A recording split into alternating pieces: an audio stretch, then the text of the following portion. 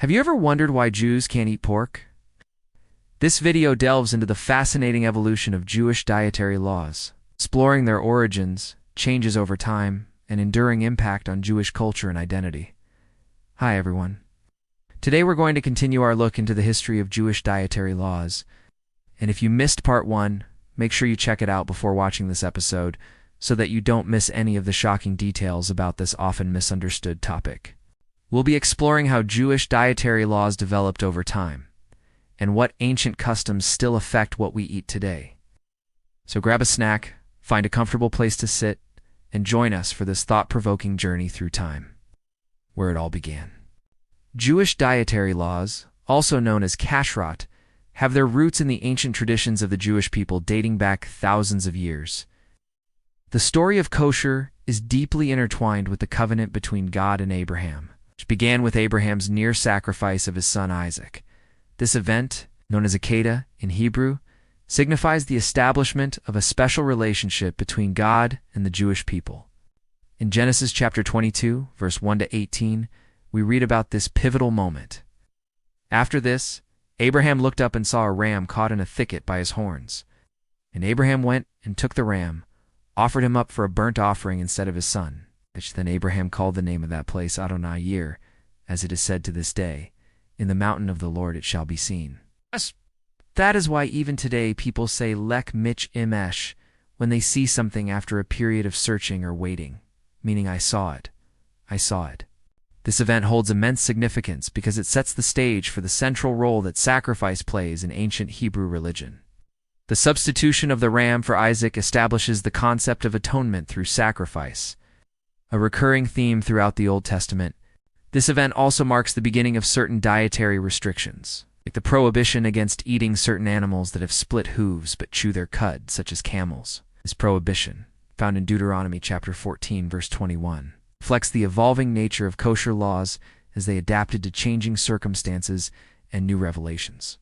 As the Jewish people progressed through different stages in their history, their understanding of divine law and their relationship with God also evolved, leading to further refinements and adaptations of kosher practices.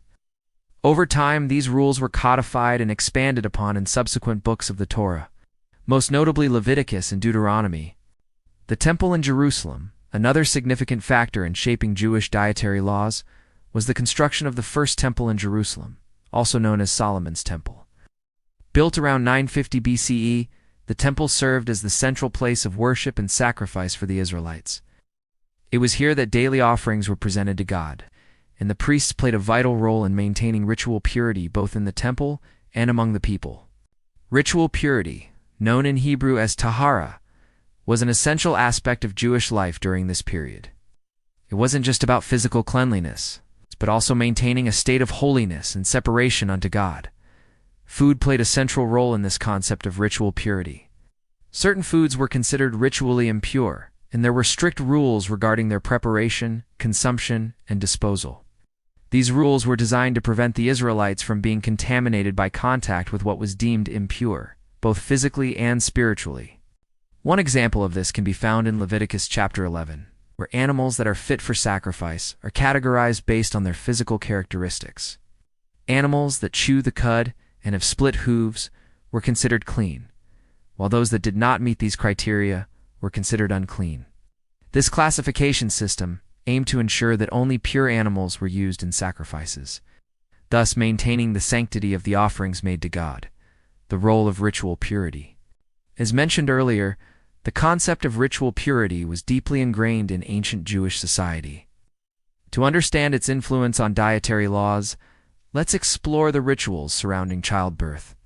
In Leviticus chapter 12, verses 2 to 4, we read, "Speak to them who have had their discharge from their flujo, saying, on the 8th day the flesh of your wound shall be healed. Then it shall come to pass on the 7th day that the discharge from your flujo shall issue from your body. Then you shall take for yourselves on the 8th day to turtle doves or to pigeons, and go to the priest. He shall then wave them before Adonai to make atonement for you. This is a statute, a perpetual ordinance for you." These verses illustrate the importance of ritual purification after childbirth. For both the mother and the child, specific offerings had to be made to restore their ritual purity. This practice shows that being ritually pure was essential to participate in religious activities without contaminating others. To maintain ritual purity, there were restrictions on what could be consumed, particularly regarding blood. Blood was seen as the source of life and was forbidden to be eaten. In Deuteronomy chapter 12, verse 23, we find, "And the life of the flesh is in the blood. And I have given it to you upon the altar to atone for your lives, because it is life itself. It is like the blood of your bodies. You shall not eat it." This prohibition extended to clothing as well, as seen in Deuteronomy chapter 22, verse 6-7. "When you slaughter an animal of your herd or flock, keep its fat and remove the kidney fat and the lobe fat and eat them at the same time with the burnt offering. Its blood shall be poured out on the ground. Keep the fat and burn it with the burnt offering. All the fat that is on the kidneys and all the fat that is on the liver you shall remove. They shall be eaten by you. You shall eat them as food." These verses illustrate the meticulous attention to detail required to maintain ritual purity. Even the internal organs of animals had to be examined and treated in specific ways. As the Jewish people continued to develop their dietary laws and customs, further nuances and regulations emerged. For example, the concept of Passover, commemorating the Exodus from Egypt, led to the prohibition of leavened foods during the holiday. This restriction, outlined in Exodus chapter 23, verse 15, 7 days you shall eat unleavened bread with it, and there shall be no leaven seen with you in all your borders, reflects the dynamic nature of Jewish tradition and how specific events shape dietary practices. Another significant influence on dietary laws was the arrival of Moses at Mount Sinai, where he received the 10 Commandments. While not explicitly dietary laws, the broader ethical and moral teachings in the Torah contributed to the development of a system of laws that governed all aspects of Jewish life, including food and eating, later developments and influences. As the Jewish people dispersed and interacted with other cultures, their dietary laws also evolved, incorporating influences from different regions and experiences. For example, the Babylonian exile in the 6th century BCE brought about changes in agricultural practices and food availability, which likely influenced the development of some kosher laws. During the Second Temple period, there was an increased focus on the ethical treatment of animals, reflected in passages like Deuteronomy chapter 25. Verse 4, "You shall not muzzle an ox while it is treading out the grain." This concern for animal welfare added another layer of complexity to dietary laws, ensuring that the animals used for food were treated humanely. After the destruction of the Second Temple in 70 CE, the concept of ritual purity became more symbolic as the temple and its sacrificial system were no longer in place. However, dietary laws continued to be observed and adapted in various Jewish communities. During the Middle Ages, Jewish scholars and rabbis played a crucial role in codifying and explaining dietary laws. Figures like Maimonides and the Rosh codified and explained complex rules and regulations, making them more accessible and understandable for Jewish communities. Their interpretations and commentaries became foundational for later discussions and debates on kosher practices. From the 12th century onwards, the writings of these scholars provided a framework for Jewish dietary laws that continues to influence their practice today. The evolution of practices. Over the centuries, various practices related to Jewish dietary laws have evolved and been subject to debate and discussion within the Jewish community. One example is the use of non-kosher ingredients in medications. As medical science advanced and new medications were developed, questions arose regarding the use of non-kosher ingredients. Jewish scholars have grappled with this issue, seeking to balance the need for medical treatment with the adherence to dietary laws. Some have argued for leniency in such cases, citing the importance of health and well-being, while others have maintained stricter interpretations, emphasizing the sanctity of kosher laws. Another area of discussion has been the consumption of fruits and vegetables. Originally, Jewish dietary laws focused primarily on meat and fish. However, as agriculture developed and the consumption of produce became more common, questions arose regarding the handling and preparation of fruits and vegetables. For instance, the issue of bugs in produce has generated debate. Some argue that if produce is thoroughly washed and inspected, it should be considered kosher, even if it contains traces of bugs. Others maintain a stricter view, requiring complete absence of bugs to ensure kashrut. These ongoing discussions and debates reflect the dynamic nature of Jewish dietary laws. As society evolves and new challenges arise, Jewish scholars and communities continue to grapple with how to apply ancient principles to contemporary circumstances. Kashrut today. Today, Jewish dietary laws continue to be observed by Jews around the world. Whether one is Orthodox, conservative, Reform, or a non-practicing Jew, many people are familiar with the basic tenets of kashrut, such as avoiding pork or mixing meat and dairy. For Orthodox Jews, kashrut is a fundamental aspect of daily life, binding them to their heritage and traditions.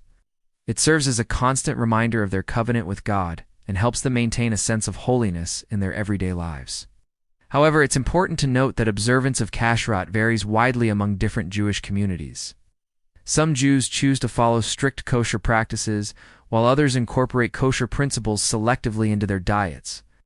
Regardless of the level of observance, kashrut remains an integral part of Jewish culture and identity for many. When most people think of Jewish food, they probably imagine bagels and lox, or maybe matzo ball soup. But have you ever wondered why those dishes are part of Jewish cuisine? Well, it all comes down to what we eat and don't eat, and that is what we will be discussing today. Well, welcome back to another episode of Food for Thought. I'm your host, and together with my co-host, we're going to take a deep dive into the world of Jewish food history. Today we're going from the Torah to the Talmud. The Torah contains a number of laws about food, like the prohibition on pork and shellfish, and the laws of kashrut, which forbids the eating of meat and dairy together. But many of these laws were open to interpretation, leaving room for rabbinic writings like the Talmud to fill in some of the blanks. This process gave rise to complex rules about food preparation and consumption that continued to shape Jewish life today. In this episode, we'll look at how these laws developed over time and how they reflect the cultural influences on Jewish communities throughout history. So let's get started. The Torah contains several laws and regulations regarding food, which are collectively known as kashrut, meaning fitness or suitability. The word kashrut appears over 600 times in the Torah, underscoring the importance of dietary laws in Jewish life. The most well-known dietary restrictions pertain to specific animals that are forbidden to eat, such as pigs and shellfish, because they are considered ritually impure. Deuteronomy 14:8 states, "You shall not eat any swine, though it is clean among the beasts. Its flesh is unclean for you." And Leviticus 11:9 says, "These you may eat of all that are in the seas. Whatever in the seas has fins and scales, you may eat." However, the Bible does not offer a comprehensive list of prohibited animals, leaving room for interpretation by rabbis when new species were discovered or encountered.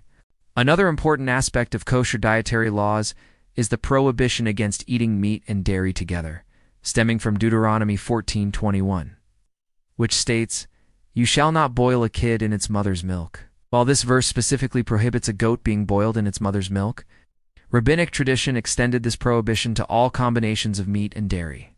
This was established during the Mishnah period in the first 2/3 century CE and serves to separate the processes of butchering, cooking, eating, and cleaning utensils used for meat and dairy products.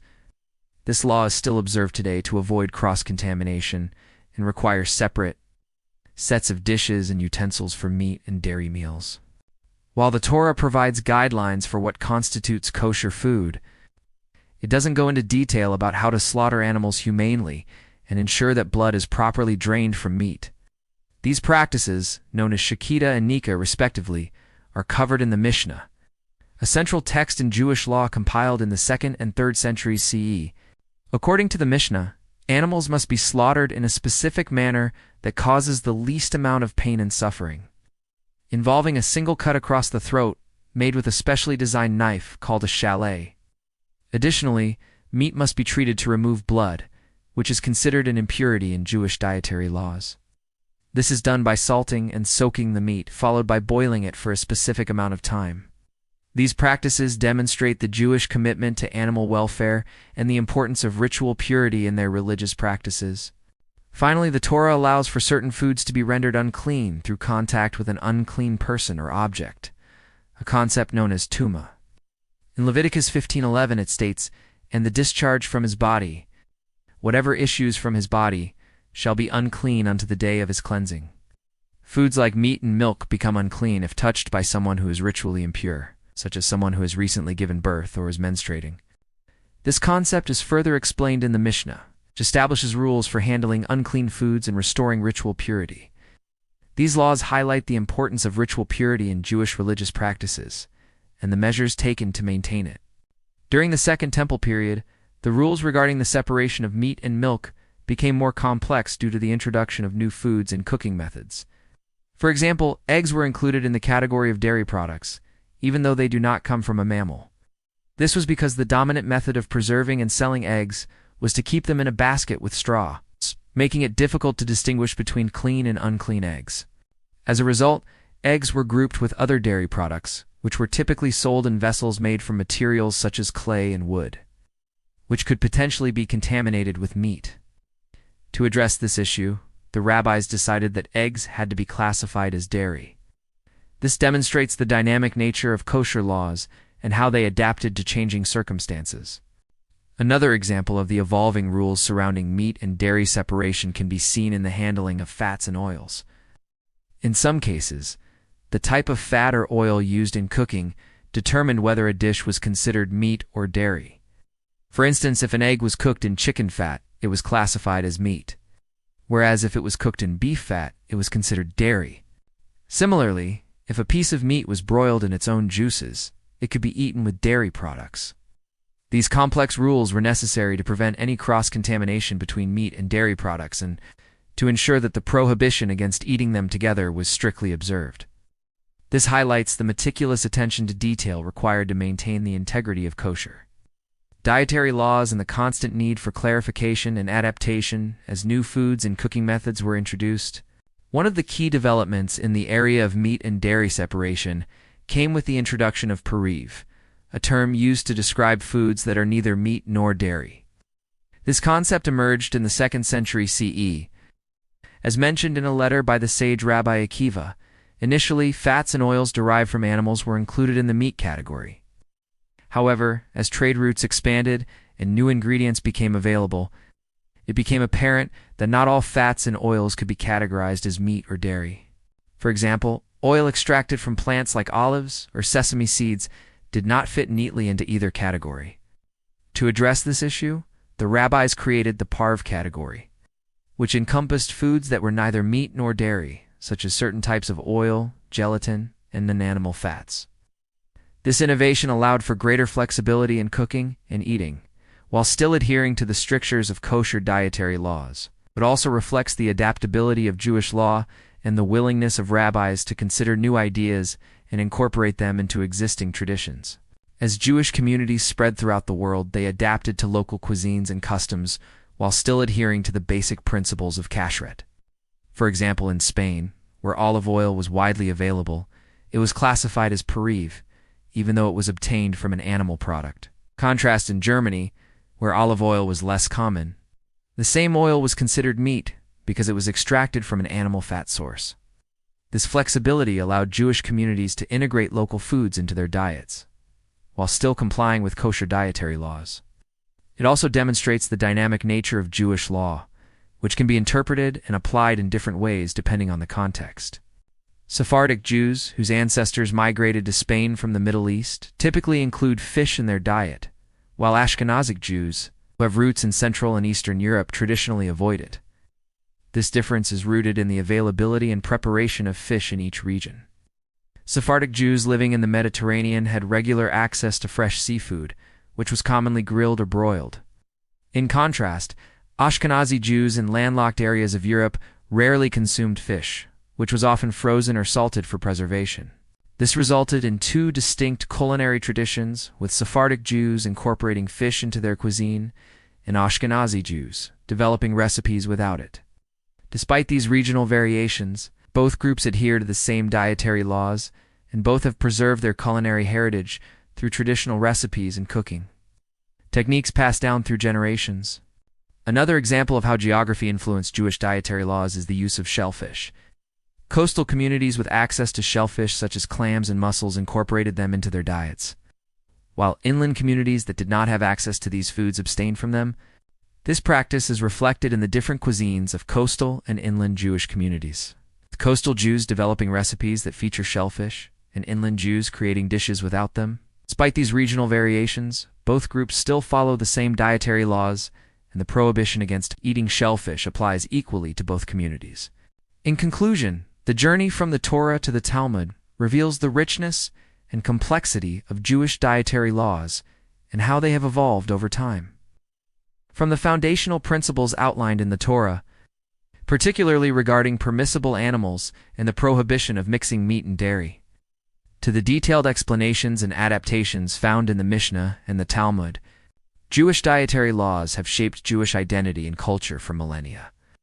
While the core principles remain constant, the application of these laws has been flexible, allowing for the inclusion of new foods and the adaptation to local customs and traditions.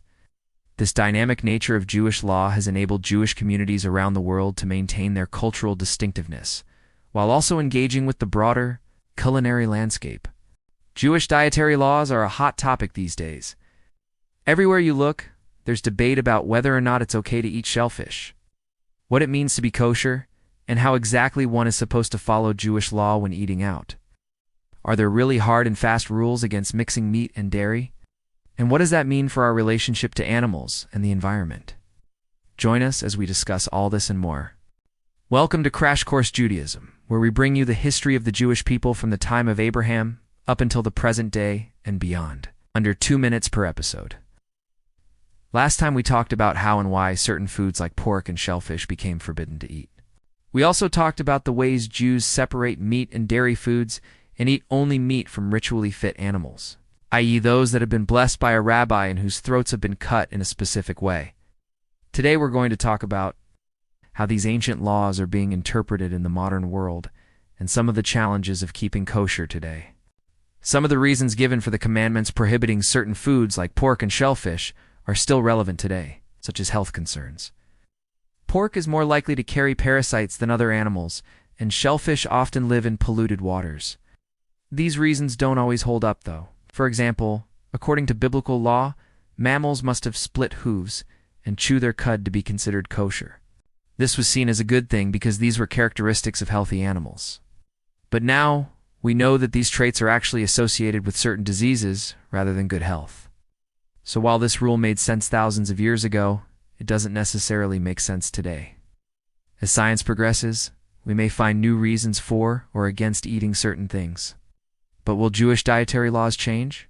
The truth is that they already have. When leprosy was common in the ancient world, the Bible says not to eat anything with sores.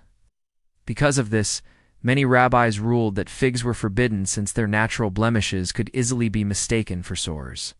But once leprosy and skin disease became less common, figs were once again deemed fit for consumption. Similarly, some medieval rabbis prohibited eating apples grown near poisonous nightshades because they were worried that they would be confused for edible nightshades. And in modern times, the fear of nuclear fallout led some to avoid eating locally grown food. Many rabbis gave permission to eat food grown far from nuclear power plants instead. That's why kosher certification symbols often include the country or state in which the food was produced. Jewish dietary laws evolve over time as they relate to the world around them. But that doesn't mean that everyone agrees on everything. It's important to remember that even 2,000 years ago, there were different opinions on how strictly to follow Jewish dietary laws. The Mishnah, a foundational Jewish text compiled in the 2nd century CE, lays out stringent laws and guidelines for someone who wants to eat kosher. But it also mentions people who hold differing opinions. Some believe that food prepared by non-Jews is automatically forbidden to eat. Others argue that it can become kosher if a Jew merely examines the ingredients. Still others believe that a non-Jew can render food kosher by giving thanks over it before eating. So even back then, there were lots of opinions about what did or didn't make something kosher. And today, there are just as many, if not more. It's no secret that many Jews today don't keep kosher. Some do so only on holidays. Others keep kosher year-round. Some only keep kosher at home, while others keep kosher when they eat out. Different Jews have different relationships to kosher food, and that's okay. Remember, there's a lot of leeway built into Jewish dietary law. Even for those who don't keep kosher all the time or at all, Jewish dietary laws have had a lasting impact. Foods like shellfish and pork are simply off the menu, even if no one's watching. While it may seem odd to someone outside of Judaism, it makes sense within the context of Jewish history.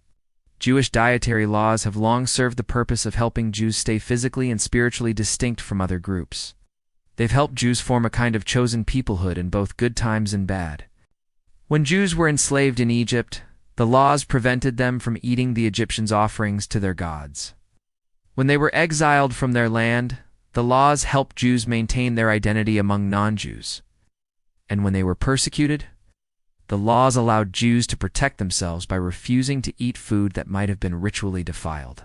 Historically, these laws have helped Jews maintain their identity. In other words, they've kept Jews Jewish. But some of the reasons for keeping kosher aren't so positive. Food laws have often been used to enforce boundaries between Jews and non-Jews, leading to tension and conflict. Like when German soldiers invaded Russia in World War II, they tried to force Russian Jews to eat forbidden foods like pork in order to break down their resistance. Of course, this didn't work.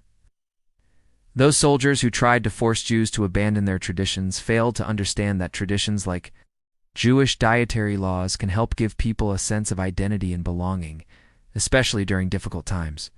These days, some Jews worry that the globalization of our food supply and the difficulty of knowing where food comes from is eroding Jewish dietary laws. If a non-Jewish person slaughtered an animal, but it wasn't done according to Jewish law, does that make the meat forbidden? And what about shellfish that's been mixed in with kosher fish during the processing? Or dairy products that were processed using enzymes from pigs? These kinds of questions are challenging. And although there are general guidelines, there's a lot left up to individual rabbis. For those looking to keep kosher, navigating the modern world can be tough. How do you manage to eat kosher when almost every restaurant serves meat and dairy together? What about mixed nuts or baked goods with non-kosher ingredients? There are two main certifying agencies for kosher food: the Orthodox Union and the QFK, whose symbols appear on food labels in North America. The OU symbol lets consumers know that the food has been certified as kosher by an Orthodox rabbi. While some Jews require this certification, others prefer to rely on themselves and their own knowledge of Jewish dietary laws. Either way, many Jews struggle with how to keep kosher in a world full of non-kosher temptations. And those who don't keep kosher still grapple with the legacy of Jewish dietary laws. Many people who don't keep kosher still won't eat pork or shellfish. And many more are careful to avoid mixing meat and dairy, even if they don't know why. Jewish dietary laws have had an impact on Jewish life for thousands of years. Even today, they continue to shape how Jews view food and eat. Thanks for watching this episode of Crash Course Judaism, which was filmed at a studio and made in partnership with the Jewish Educational Partnership. This episode was made possible by a grant from a private foundation as part of an educational initiative on contemporary Jewish life through the lens of Jewish law. If you want to help keep Crash Course free for everyone forever, you can join our community on a crowdfunding platform.